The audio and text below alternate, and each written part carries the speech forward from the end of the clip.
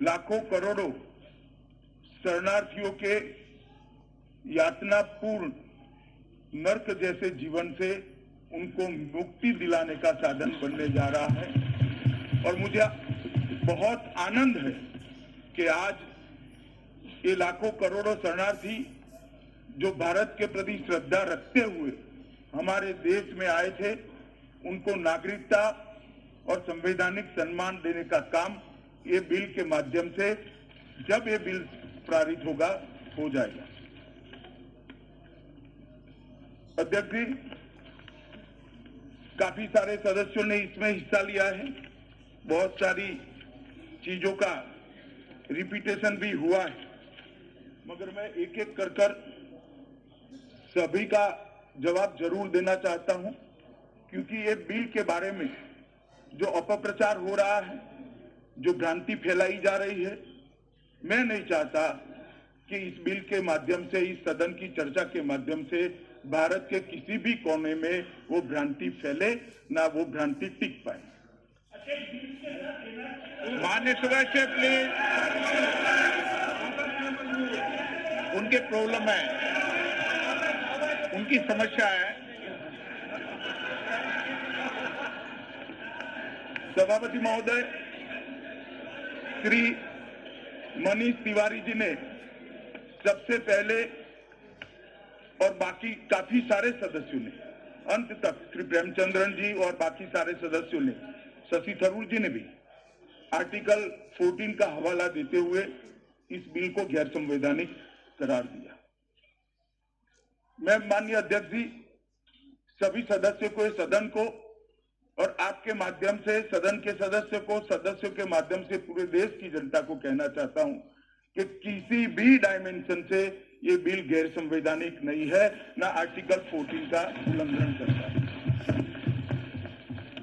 Article 14 में जो समानता का अधिकार दिया है, उसके तहत मैंने पहले भी कहा कि रीजनेबल क्लासिफिकेशन के आधार पर कानून बनाने से आर्टिकल 14 में कोई रोक नहीं है। अब मैं थोड़ा इसको एक्सप्लेन करना चाहता हूं, थोड़ा बैकग्राउंड में जाना पड़ेगा। हो सकता है मेरी बात सबको अच्छी न लगे, मगर सुनने का धैर्य भी रखना चाहिए, क्योंकि इसी में से एक कैसे गैर संवैधानिक नहीं है इसका तर्क खड़ा होता है। मान्यवर, अच्छा तो ये था कि इस देश का विभाजन धर्म के आधार पर न होता। अगर ये देश का विभाजन धर्म के आधार पर न होता तो बिल लेकर मुझे आने की जरूरत ही नहीं पड़ती। इस देश का विभाजन धर्म के आधार पर हुआ, ये वास्तविकता है। वास्तविकता को इस सदन ने स्वीकार करना चाहिए। जब विभाजन धर्म के आधार पर होता है तो आप इसको स्वीकारे बगैर आगे नहीं चल सकते।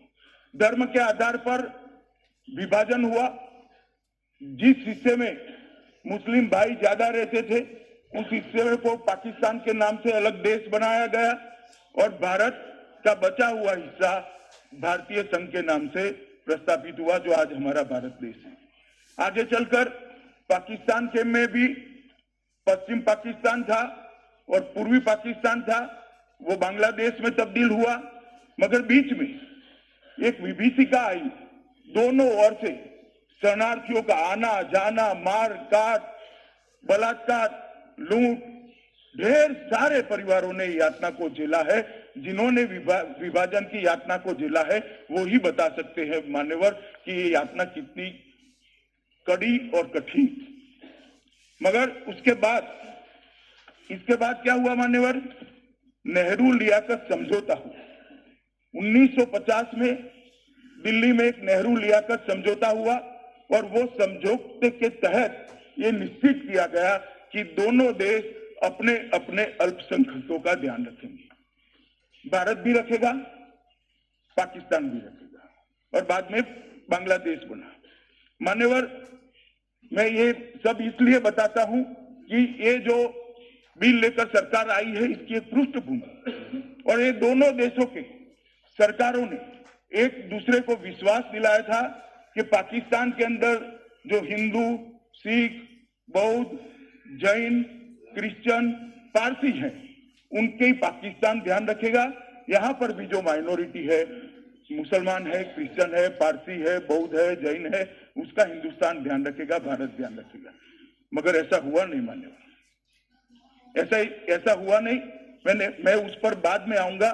मगर 1950 का नेहरू लियाकत समझौता मान्यवर धरा का धरा रह गया।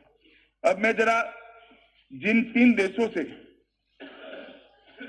लघुमती को हम नागरिक बनाने का वादा इस बिल के माध्यम से कर रहे हैं, माइनॉरिटी को नागरिक बनाने का वादा कर रहे हैं, वो 3 देशों के संवैधानिक स्टेटस पर जाना चाहता हूं, उनके राज्य की स्थिति पर जाना चाहता हूं। मान्यवर, Afghanistan, Islamic Republic of Afghanistan के अनुच्छेद 2 में निम्नलिखित प्रावधान किया है। पवित्र धर्म इस्लाम इस्लामिक रिपब्लिक ऑफ अफगानिस्तान का धर्म है। मतलब वहां पर इस्लाम को राज्य के धर्म के रूप में मान्यता दी है। Pakistan Islamic Republic of Pakistan के संविधान के अनुच्छेद 2 में लिखा गया है, पाकिस्तान राज्य का धर्म इस्लाम होगा। बांग्लादेश जब बना तब तो उसका संविधान सेक्युलर था। 77, 78 और 1988 में इसमें बदलाव किया गया और इसमें लिखा गया रिपब्लिक का राज्य धर्म इस्लाम है। ये तीनों देशों के अंदर राज्य धर्म इस्लाम है, इसको मान्यता हमने नहीं दी है मान्यवर। वहां के मैं आता हूं, सब बोलूंगा भाई, एक एक चीज का जवाब दूंगा बाद में। आपको चाहिए तो कल सुबह तक बैठूंगा, मुझे टोकिए मत। मान्यवर, तीनों राज्यों के देशों के जो धर्म संविधान के अंदर लिखे गए हैं वो बताना इसलिए जरूरी है कि वहां पर माइनॉरिटी को न्याय मिलने की संभावना इसी से क्षीण हो जाती है, लगभग समाप्त हो जाती है। मान्यवर, उसके बाद में मैं क्या हुआ डिटेल में बहुत सारे सदस्यों ने बताया है, कितनी प्रताड़ना हुई, कैसी घटनाएं हुई, वो बाद में बताऊंगा। मगर ये दोनों तथ्य बताने के बाद मैं ये स्थिति से आगे सदन को ले जाना चाहता हूं कि जो उसके बाद में 40-50 साल में हुआ वो क्या हुआ। मान्यवर, 1947 में पाकिस्तान के अंदर अल्पसंख्यकों की आबादी 23%। जरा ध्यान से सुनो दादा, ध्यान से सुनो।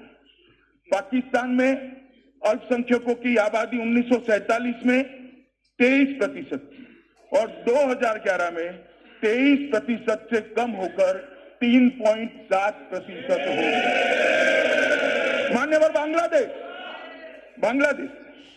बांग्लादेश में 47 में बांग्लादेश के अंदर अल्पसंख्यकों की आबादी 22% थी और 2011 में वो कम होकर 7.8% हो गई।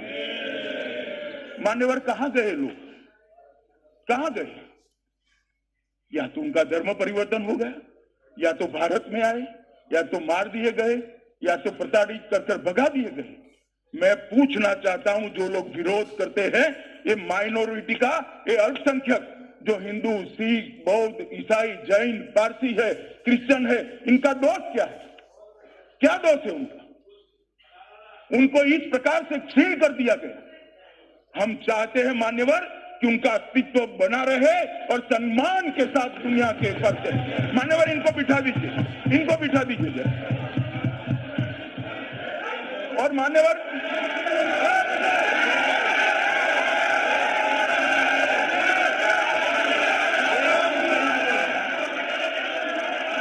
बैठ जाओ भाई, मैं आता हूं, इस पर भी आता हूं, मैं इस पर भी आता हूं। मान्यवर, ये ठीक नहीं है, मान्यवर, ये ठीक नहीं है, इनको आपको रोकना चाहिए मान्यवर। और आप लोग, पूरी दुनिया देख रही है, भारत के संविधान को कोई कह रहा है कि हिंदू राष्ट्र बनने जा रहा है, भारत का संविधान पक्षपात कर रहा है। मैं आज आपको बताना चाहता हूं भारत में क्या हुआ। मान्यवर, भारत के अंदर 1951 में भारत के अंदर 1991 में 84% हिंदू था और 2011 में वो 84% से घटकर 79% हुआ। यहां पर आबादी नहीं बढ़ी है, वहां पर आबादी बढ़ी है। और मुस्लिम 1951, सुन लो भाई, 1951 में मुस्लिम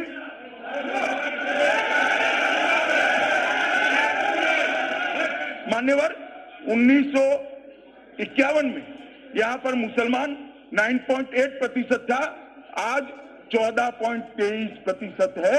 हमने किसी के साथ धर्म के आधार पर भेदभाव नहीं करा और मैं इस सदन को विश्वास दिलाना चाहता हूं, आगे पर भी धर्म के आधार पर भेदभाव नहीं होगा, इसका मैं सदन को विश्वास दिलाना। परंतु धर्म के आधार पर अगर पड़ोस के देश के अंदर धर्म के आधार पर वहीं की अल्पसंख्यकों के साथ अत्याचार हो रहा है, प्रताड़ना हो रही है, तो भारत मुख्य दर्शक बनकर रह नहीं सकता। उनको बचाना पड़ेगा, उनको सम्मान देना पड़ेगा, उनको स्वीकारना। मान्यवर, इसलिए अब मैं फिर